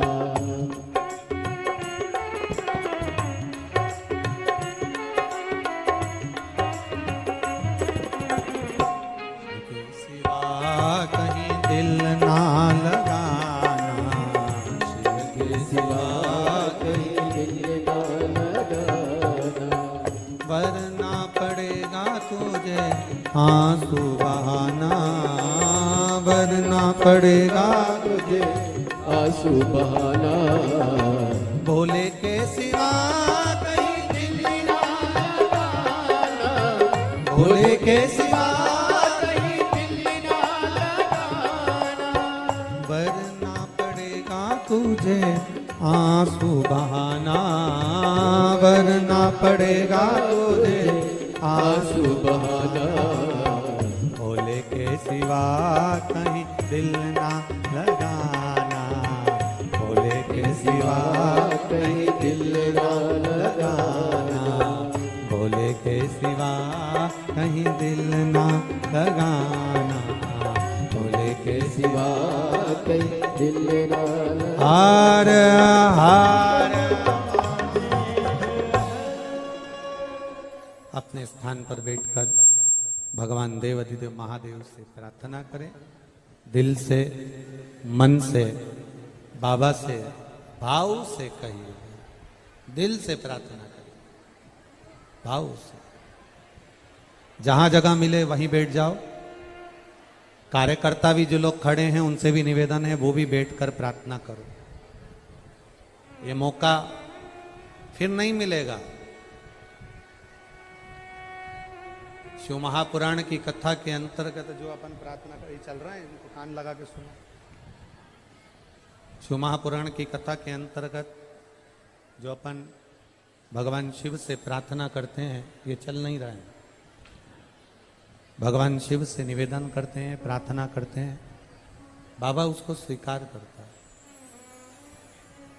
दिल से देवाधिदेव महादेव से भाव के साथ में कहिए, दिल से बाबा से प्रार्थना करें। श्री शिवाय नमस्तु, श्री शिवाय नमस्तुभ्यं, श्री शिवाय नमस्तुभ्यं, श्री शिवाय नमस्तुभ्यं, श्री शिवाय नमस्तुभ्यं। भोला सब दुख काटो, ओ भोला सब दुख काटो, शिव शंकर जपो तेरी माला, भोले बाबा जपो तेरी माला, भोला सब दुख काटो, ओ भोला सब दुख काटो। वेश मंगल मंगलकारी, वेश मंगल मंगलकारी, शमशान वासी हमारा, शमशान वासी हमारा, भोला सब दुख काटो हमारा, ओ भोला सब दुख का भगवान शिव से करी गई प्रार्थना खाली नहीं जाती। जिन माता ने के यहाँ पर 12 साल बाद बच्चा हुआ, जो कथा सुन रही थी, 2 साल का बेटा जिनका लेकर वो यहाँ आई हैं, लाओ लाओ ले आओ, जोरदार ताली बजाओ एक बार बाबा के कृपा।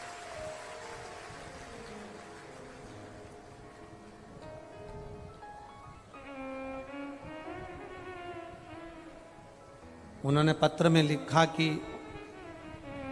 बाबा को धोख लगाने के लिए 2 साल से इंतजार कर रही हूं अपने बेटे को लेकर कि शिव पुराण में जाकर प्रणाम करूं, और दूर नहीं जा सकती, इसलिए यहां ले आओ ले आओ।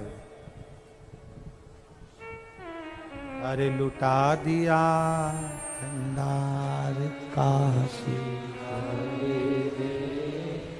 कर दिया माला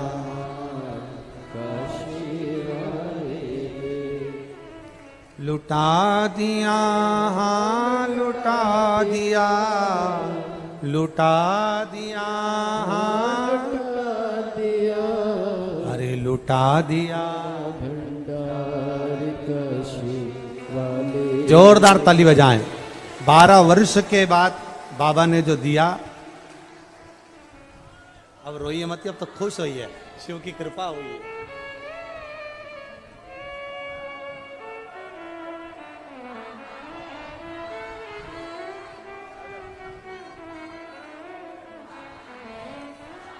शिव करुणा सागर।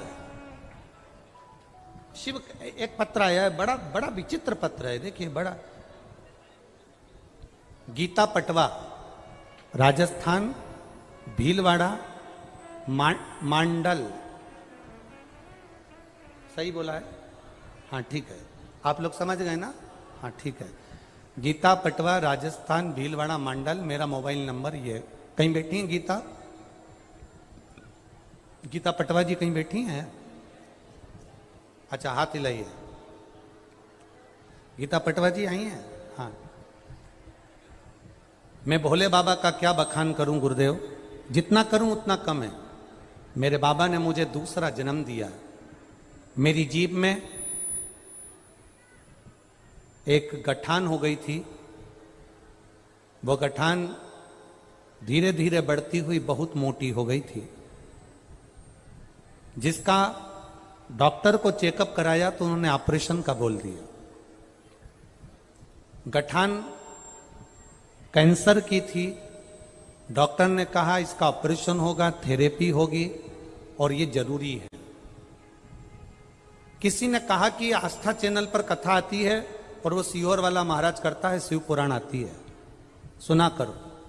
आपकी कथा सुनना प्रारंभ करी। आपने कहा शंकर जी पे 1 लोटा जल चढ़ाओ, कुंदकेश्वर महादेव के नाम से उनसे विनती करो और वो जल पियो, बेलपत्री खाओ। हमने डॉक्टर को दिखाया तो डॉक्टर ने ऑपरेशन का बोल दिया। परिवार वाले बोले माँ ऑपरेशन कराओ। हमने कहा ऑपरेशन नहीं कराकर थोड़े दिन बेलपत्र खाकर देखते हैं, जल पीकर देखते हैं। गुरुदेव बाबा का हम क्या वर्णन करें, कैंसर की गठान थी और जल पिया, बेलपत्र खाई, मुख से हम कुछ खा नहीं सकते थे क्योंकि गठान मोटी थी जीवान पर, तो केवल पीस कर भोजन लेते थे, पीस कर ही सारा कार्य करते थे। बाबा की कृपा, जब बेलपत्री खाई, पानी पिया, बाबा पर चढ़ा हुआ, आज बाबा की कृपा से मेरा पूरा कैंसर समाप्त हो गया। मैं पूरी बोल सकती हूँ और खूब बोल सकती हूँ, मैं सब कुछ खा सकती हूँ और बाबा आपके सामने बैठी हूं। ठीक हो? दोनों हाथ हिला दो एक बार, हर हर महादेव। डॉक्टर भी आश्चर्य में है कि ये कैंसर समाप्त कैसे हो सकता है। शिव तत्व है औघड़ी। बैठिए बहन, हर हर महादेव। शिव भक्ति है।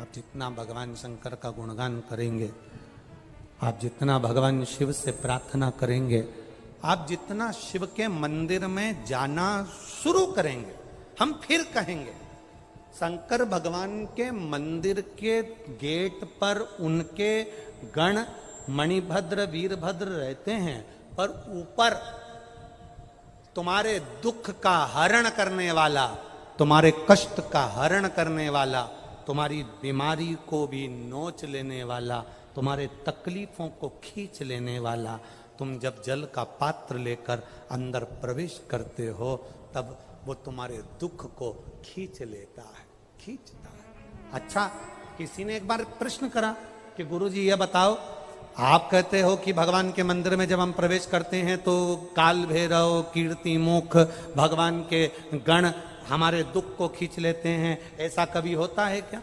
हम उनसे निवेदन करना चाहेंगे, ये बारिश का जो पानी गिरता है, ऊपर पानी जाता कैसे? बोलो जम के। जो नदी, तालाब, समुद्र, बावड़ी जितना पानी भरा होता है, सूर्य की किरण से वो पानी भाप के माध्यम से ऊपर खींचा जाता है और वही पानी हमको दिया जाता है। जब ऊपर वाला पानी को खींच सकता है तो जब हम शंकर के मंदिर में जाते हैं तो ऊपर वाला दुख भी तो खींच सकता है। बस यही तरीका।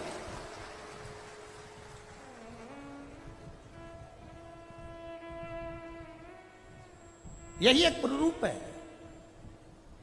कोई कह दे हमारे पुष्कर में कथा चल रही है, हमारे यहां बहुत भीड़ है, हम नहीं जाएंगे। अजमेर वाले कह दें हमारे पास में कथा चल रही, बहुत भीड़ है, कैसे चले जाएंगे? जाना, 7 दिन ना जा पाओ तो 1 मिनट के लिए जाना। कंकर शंकर की इस भूमि पर बैठकर 5 मिनट, हाँ आना तो अपनी सोने की रकम, चांदी का सामान या जेवर फेवर लेकर मत आना, उसके बनकर जाना, उसके होकर जाना। बैठना, बहुत गर्मी, उमस भी पड़ेगी, तपन भी पड़ेगी, पंखा भी झेलना पड़ेगा। कोई कथा सुनना सरल बात थोड़ी ना है। जैसे पुराने जमाने में संत तप करते थे, तपते थे, आसपास आगी लगा लेते थे, तपते थे, तब भगवान मिलता था। तुम भी 3 घंटा क्या, कथा तो 1 बजे से चालू होती है, तुम सवेरे 6 बजे से एक जगह पे बैठकर तपते हो, पानी की बोतल तक लेने के लिए बाहर नहीं जाते। क्यों? गए तो अंदर आ नहीं सकते, बाहर गया अंदर नहीं आ पाऊंगा तो जाऊं कैसे? जैसा बैठा है, जिस जगह बैठा है, जिस आसन से बैठा है, कितना, ना बाथरूम जाना, ना कहीं जाना।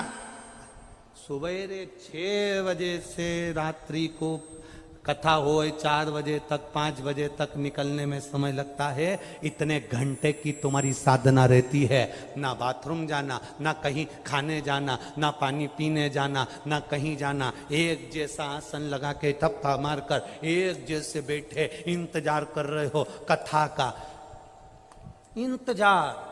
और कोई तुम्हारे लिए वीआईपी व्यवस्था नहीं है कि तुम आओगे तो तुम्हारे को कोई पंखा झेलने वाला खड़ा है कि आना और तुम्हें पंखा झेलेंगे।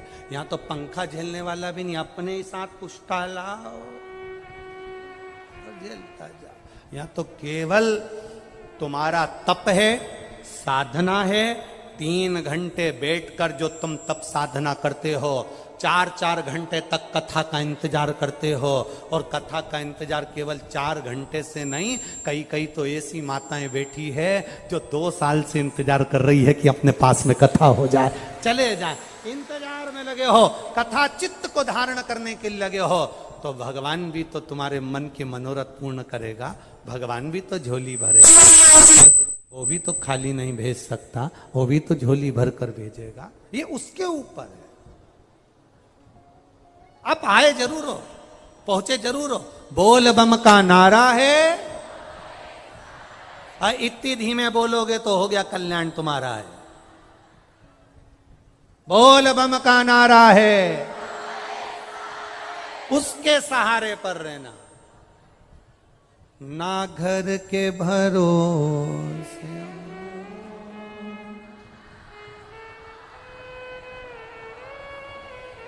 बहुत जोरदार, नजर उतार दूं तुम्हारी, कितनी जोरदार गाया, इतना जोरदार। बस यही तो आवाज चाहिए। हम वही सोच रहे थे राजस्थान वालों की आवाज कहां चली गई, आज आ गई।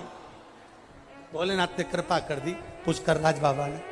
आप बोल दो मेरे बाबा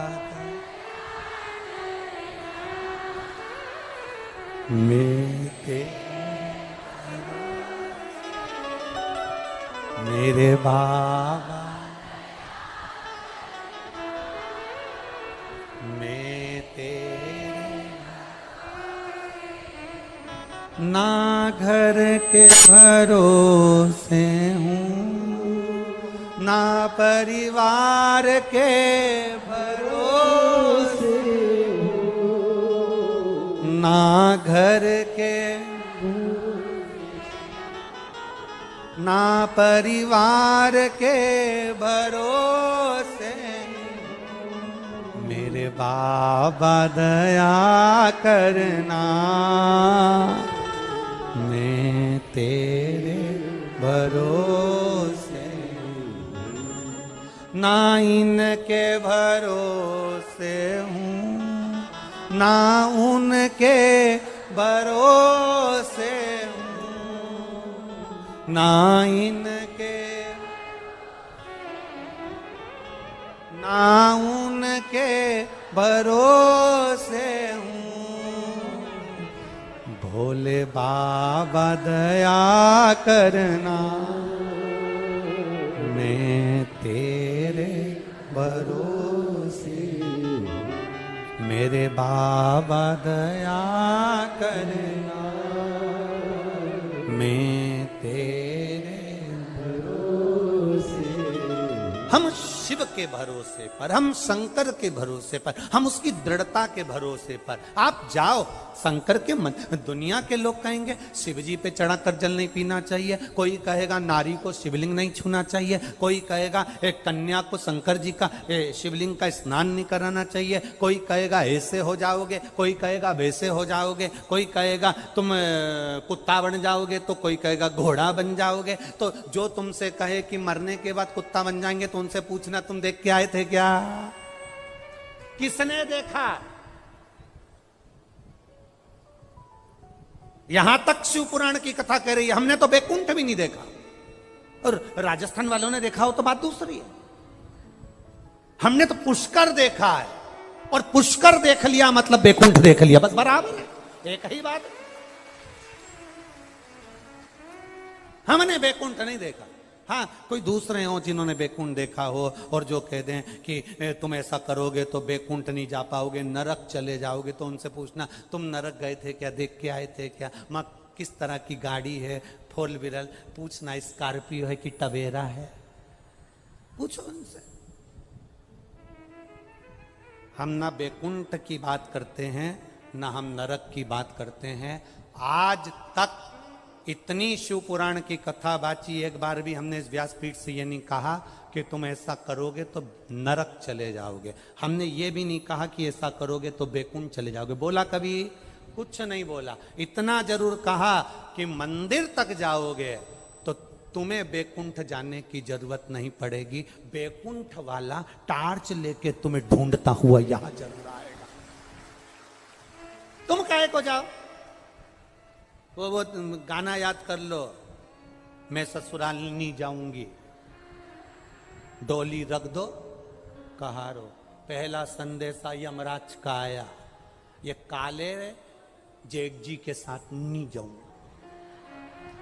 अगला संदेशा चित्रगुप्त का आया, ये डोकरा के साथ नहीं जाऊंगा। आखिरी संदेशा महाराज पिया जी का आया, मेरे भोलेनाथ का आया, तो नंदी पे बैठ के चले जाऊं, बस अब चाहिए क्या, नहीं जाऊं इसके साथ, नहीं जाना जा।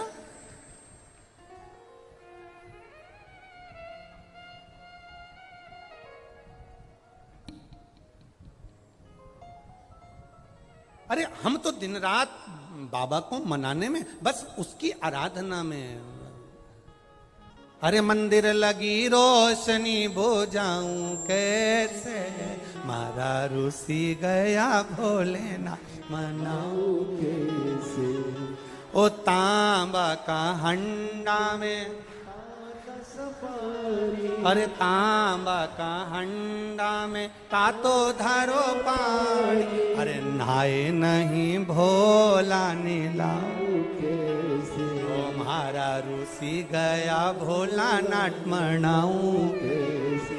अब हम परमात्मा को रिझाएं कैसे, हम उसको मनाएं कैसे। अरे सोना की थाली में भोजन परोसा, अरे सोना की थाली में भोजन, परोसा अरे खाए नहीं भोला खिलाऊं कैसे मारा रूसी गया भोला ना मनाऊं कैसे। अब वो खाए नहीं तो खिलाऊं कैसे, नहाए नहीं तो नवाऊं कैसे, ये अपने ऊपर है। हम जाएं महादेव को रिझाएं, शंकर को हम जब रिझाएंगे तो हमारा जीवन सार्थक होगा। जब जीवन सार्थक होगा वो दुख को खींचेगा, कष्ट को खींचेगा, बीमारी को खींचेगा, तकलीफ को खींचेगा, सारी समस्या का हल हम उसके मंदिर में उसको रिझाने के लिए पहुंचे। हम धन दौलत संपदा सत्ता वैभव, कोई कहता है सीवर वाला महाराज तो टोट के बता देता है, उपाय बता देता है, तो हम तो तुम जो समझो ना, टोटका समझो, उपाय समझो, कुछ भी समझो, पर कैसे भी जाओ, पर शंकर के मंदिर जाओ, अपना दुख मिटाने के लिए जाओ, शिव को पाने के लिए जाओ। तुम जाओ तो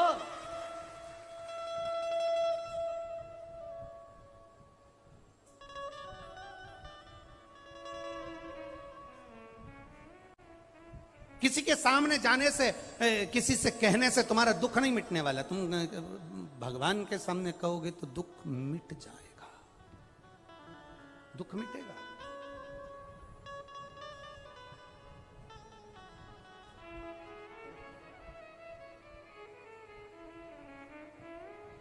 कहने से कटता है। एक बार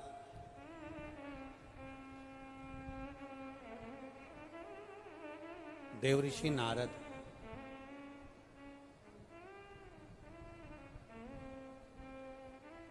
जिनके भीतर अहंकार आ गया, तब साधना करी उन्होंने और अभिमान भीतर समाता गया, समाता। शिव जी काम को नहीं जीत पाए, मैंने काम को जीता, अहंकार आ गया। मना करा था, भोलेनाथ जी ने कहा था कि यह बात आप देवऋषि नारद नारायण को मत कहना। शंकर भगवान ने कहा कि नारायण मेरी निंदा कभी नहीं सुन सकते। शंकर की पूजन करने वाले की, शिव की स्मरण करने वाले की, शंकर की भक्ति में डूबने वाले की, शंकर के भजन में डूबने वाले की कभी निंदा मत करो, क्योंकि तुम उसकी निंदा करते हो तो शंकर का भजन करने वाला तुम्हारी निंदा का जवाब नहीं देता। शंकर भगवान का भजन करने वाले का जवाब स्वयं शंकर ही देता है, स्वयं शंकर। और ये देवऋषि नारद के भीतर अहंकार जाग गया और कहां पहुंचे, सीधे पहुंच गए भगवान नारायण के पास में। नारायण के पास में पहुंचे तो उन्होंने देखा कि देवऋषि नारद के भीतर अहंकार आया और उन्होंने उनका बंदर का मुख बनाया। देवऋषि नारद का अभिमत्ता अभी भी समाप्त नहीं हुआ और सीधे आ गए पुष्कर राज की धरा पर। गर्ग संहिता वर्णन कर रही है, सीधे कुर्म पुराण वर्णन कर रही है, नारद पुराण वर्णन कर रही है। देवऋषि नारद आ गए पुष्कर राज की भूमि पर, जहां पर भगवान ब्रह्मा जी बैठे हुए थे और नारद जी ने उनका गुणगान गाना चालू करा। साथ में उनके माता गायत्री बैठी थी उनके नजदीक में। अब उनके नजदीक में माता गायत्री बैठी हैं, मां सावित्री उनके पास से चली गई हैं, माता गायत्री उनके नजदीक में बैठी थी। अब देवऋषि नारद को भगवान नारायण ने समझाया था कि देखो अहमता में मत पड़ना, अहंकार में मत पड़ना, अभिमत्ता से दूर रहना, पर नारद जी ने सोचा शंकर भगवान ने मुझे ज्ञान दिया, भगवान विष्णु ने मुझे ज्ञान दिया, सब मुझे कह रहे हैं कि तुम्हें अहंकार हो गया, तुम्हें अहंकार हो गया, परंतु ये मुझे जानते नहीं है मेरी गायन विद्या कितनी प्रबल है, मेरी विद्या का मुझे कितना आनंद है। मैं अगर भजन कर दूं, मैं गाना गा दूं, मैं संगीत की विद्या का आनंद कर दूं तो सब मेरे पीछे हैं। अब पुष्कर राज की भूमि पर आकर देवऋषि नारद ने गायन विद्या करना प्रारंभ करी। जो गायन विद्या देवऋषि नारद ने चालू करा, गाना प्रारंभ करा, जो गाना प्रारंभ करा, नारद जी क्या गा रहे थे? ब्रह्मा जी का यश गुण।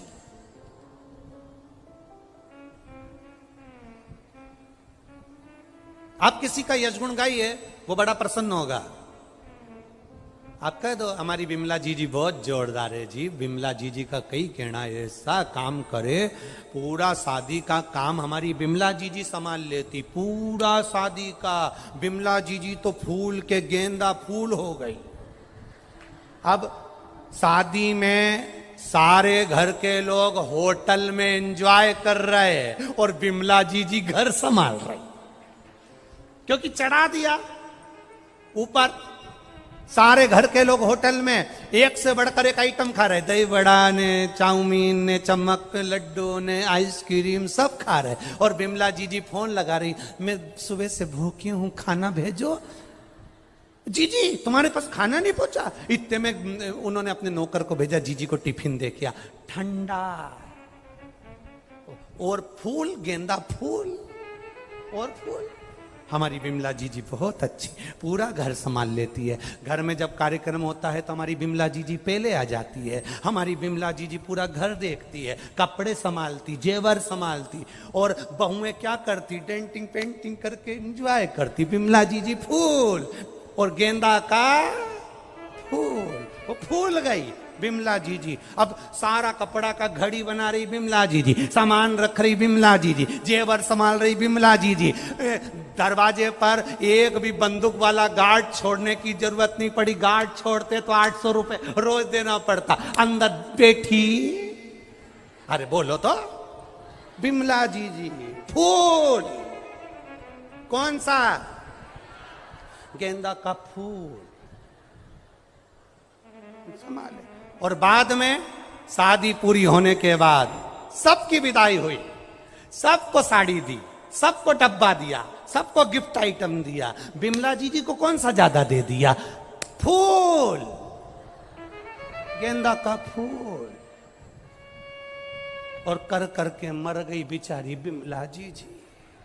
और आखिरी में मिला क्या? जी तुम घर में थी तब फैलारा पड़ा था, उठा लेती। जी मैं यहां अंगूठी रख के गई थी, वो कहां गई? आखिरी में मिला क्या? अपयश।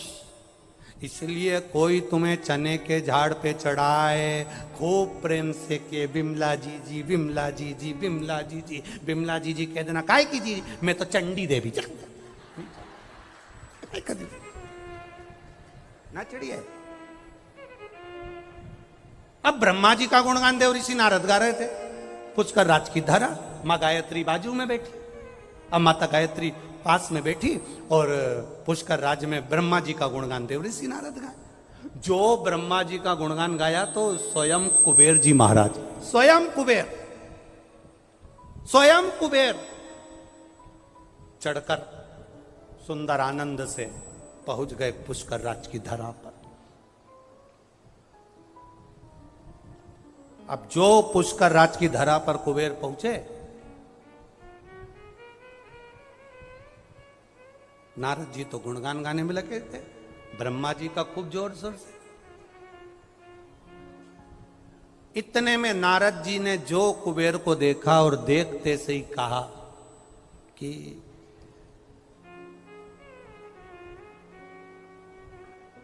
ये कुबेर के धन में जो खजाना नहीं, वो खजाना मेरी वाणी में है। इतने में गायत्री मैया के पास में बैठे होने पर उन्होंने भगवान ब्रह्मा जी से कहा, मैं वेद माता हूं। पुष्कर राज की धरा पर गाय के मुख से ब्राह्मणों ने गाय को खड़ा कर कर वेद की ध्वनि कर कर मुझे प्रकट करा है, मैं गायत्री हूं। अगर मेरे नजदीक में अगर कोई बैठा है और उसको भी अभिमान आ जाए तो ये श्रेष्ठता नहीं है। देवऋषि नारद को अभिमान आया है, ब्रह्मा जी आप कुछ बोलोगे नहीं? आए हुए अतिथि का आदर करना चाहिए, सम्मान करना चाहिए। कुबेर आया तो उसका आदर करना चाहिए, कुबेर आया तो उसका सत्कार करना चाहिए। पर यहां तो नारद जी उसका उपहास उड़ा रहे हैं। अगर कोई आया है, आतिथ्य भाव में आया है, आदर करिए, सम्मान करिए, आप उसका आदर करो। पर कुबेर की हंसी उड़ाई है देवऋषि नारद ने, अपनी विद्वत्ता का बखान करा है देवऋषि नारद ने। ब्रह्मा जी ने नारद जी को बुलाया, पुत्र तुम्हारे गायन में कमी है, पुत्र तुम्हारे गायन में कमी है, तुम में संगीत की विद्या का फल नहीं है, जाओ कहीं से सीख कर आओ। इतने में देवऋषि नारद ने कड़क होकर कह दिया, मुझ में गायन विद्या नहीं, मैं कहां सीखने जाऊं। इतने में गायत्री मैया ने उसी समय पर कह दिया, किसी उल्लू से जाकर सीख लो।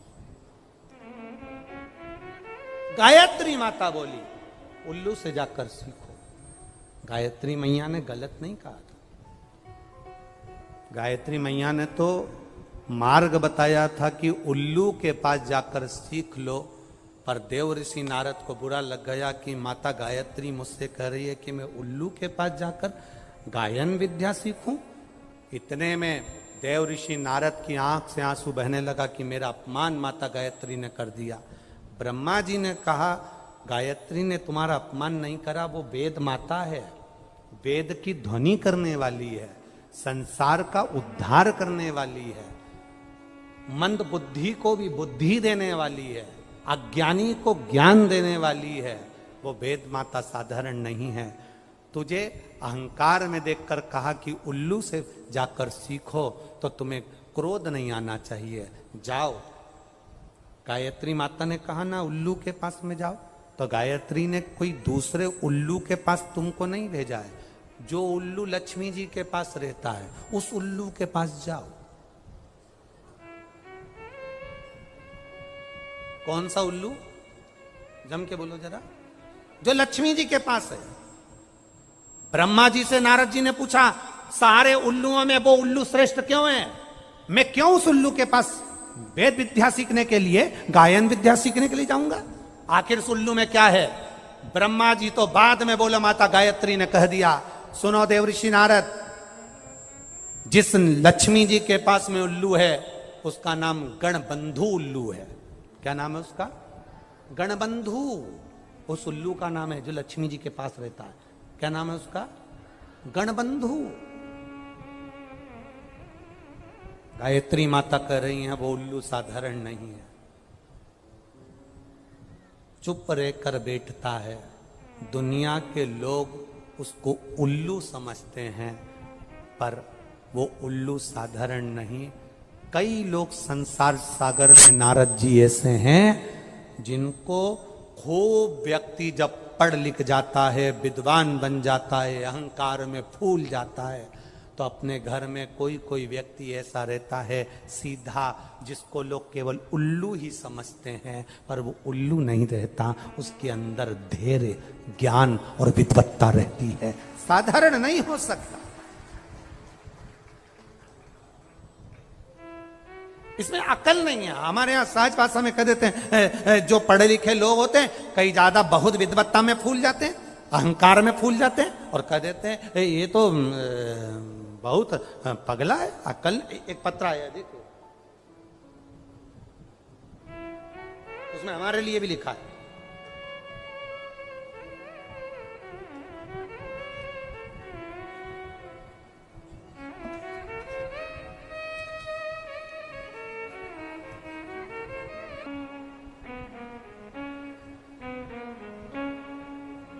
शिव शंकर।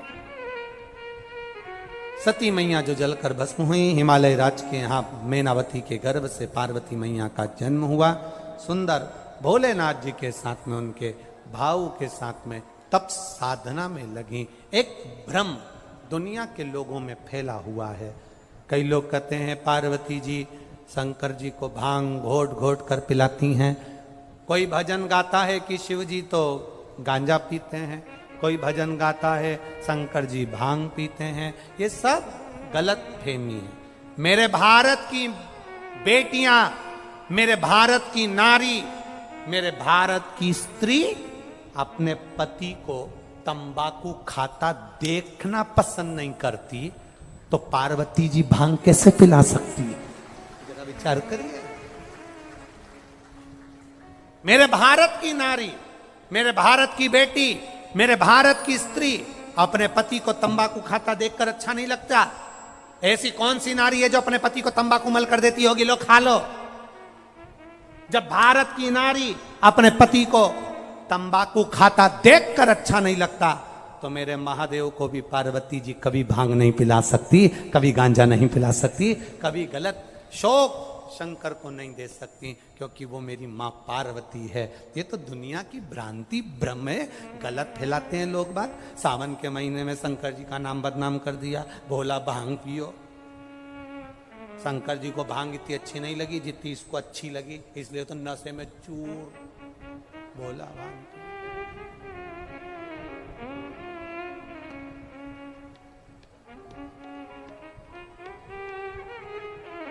शिव जी की बारात आ गई, हो गए।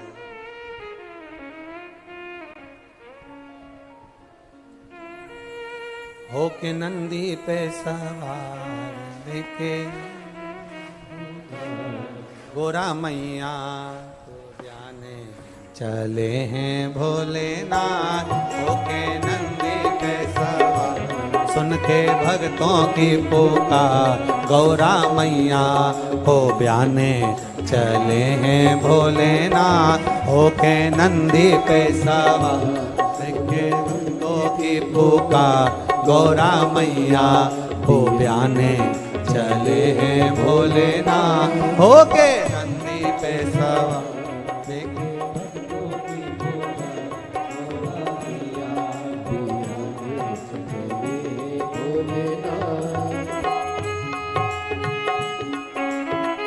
पार्वती जी शिव जी के गले में जयमाला पहना रही हैं। जोरदार ताली बजाएं। अब भगवान शंकर पार्वती जी के गले में जयमाला पहना रहे हैं। जोरदार ताली बजाएं। हर हर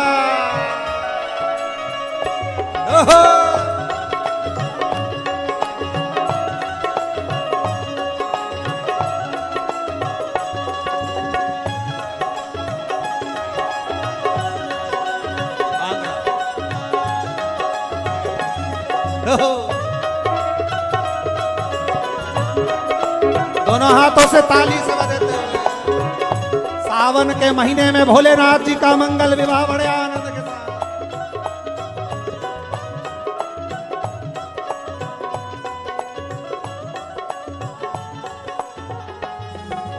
नंदी पे सवार भक्तों की पुकार, गोरा मैया से ब्याने चले हैं भोलेनाथ। होके नंदी पे सवार भक्तों की पुकार, गौरा मैया से ब्याने चले हैं भोलेनाथ। हार हार।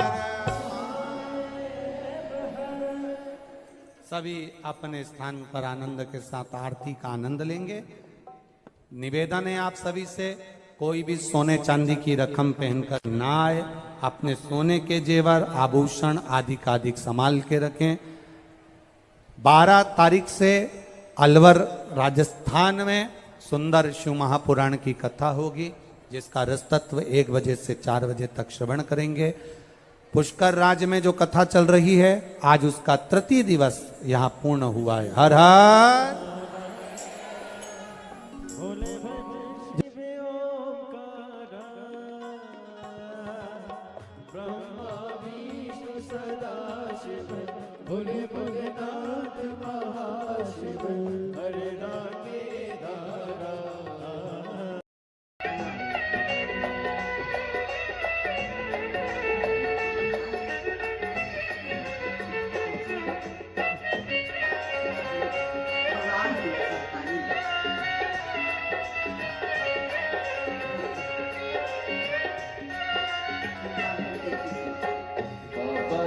हमको चलना सिखाया, बाबा ने हमको चलना सिखाया, सब भक्तों से मिलना सिखाया, सब भक्तों से मिलना सिखाया, बाबा ने हमको चलना सिखाया, बाबा ने हमको चलना सिखाया, सब भक्तों से मिलना सिखाया, सब भक्तों से मिलना सिखाया।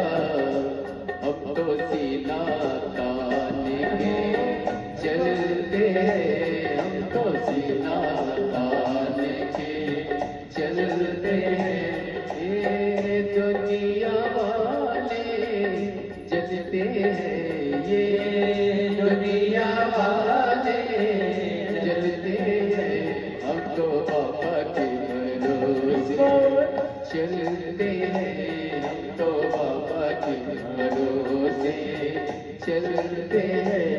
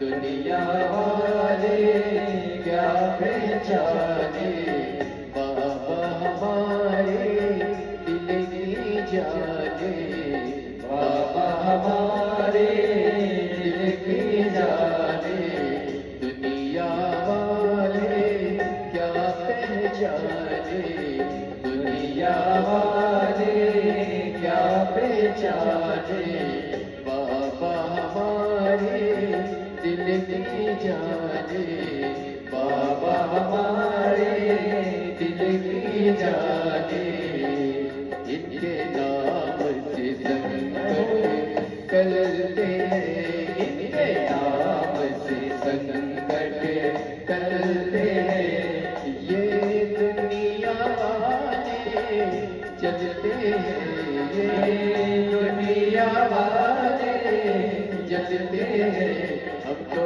बाबा के भरोसे चलते हैं, हम तो बाबा के भरोसे चलते